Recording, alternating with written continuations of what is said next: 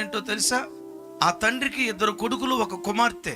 90 సంవత్సరాల వయసు వచ్చింది పెద్ద ఆయనకి. తనకున్న ఆస్తి అంతా కొడుకులకు పంచిపెట్టేశాడు. వృద్ధాప్యం 90 సంవత్సరాల వయసు వచ్చిన తర్వాత అండి, ఆ కన్న తండ్రికి ముద్ద అన్నం పెట్టడానికి కొడుకులో ఒక్కడికి చేయి రాలా, కూతురులో ఒక్కదానికి చేయి రాలా.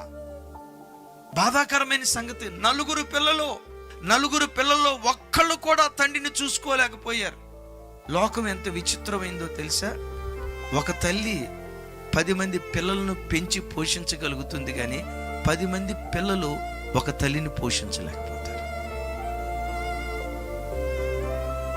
వంతులేసుకుంటూ నేను చూడను అంటా ఉంటే, ఆ 90 సంవత్సరాల పెద్ద ఆయన ఏం చేశాడో తెలుసా? ఇంత గౌరవంగా బ్రతికిన నేను, వాళ్ళేసే ఎంగిలి మెతుకుల కోసం నేను ఎదురు చూడటమా?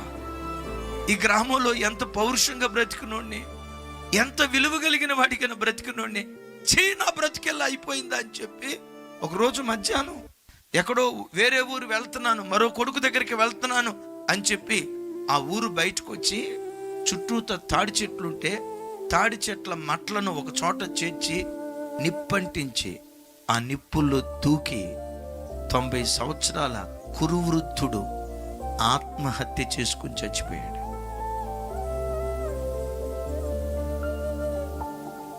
ఆత్మహత్య చేసుకొని చచ్చిపోయాడు. ఈ రాత్రి వాక్యం వింటున్న తల్లులారా, దేవుని ప్రతినిధిగా ఒక మాట అడుగుతున్నా. మీ ఇంట్లో వృద్ధాప్యంలో ఉన్న అత్తమామలు సంతోషంగా బ్రతకగలుగుతున్నారు? మీ ఇంట్లో వృద్ధాప్యంలో ఉన్న తల్లిదండ్రులు సంతోషంగా బ్రతకగలుగుతున్నారు?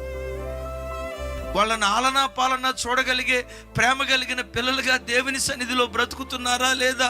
కూర్చొని ఒక్కసారి ఆలోచించండి. బిడ్డలారా, ఎప్పుడు ఆ వృద్ధ తండ్రి రాలిపోతాడో తెలియదు, ఆ వృద్ధ తల్లి రాలిపోతుందో తెలియదు. బ్రతికున్న దినాల్లోనే ఎంత ప్రేమను పంచగలమో అంత ప్రేమ పంచేవారిగా దేవుని సన్నిధిలో బ్రతుకుదుముగాక.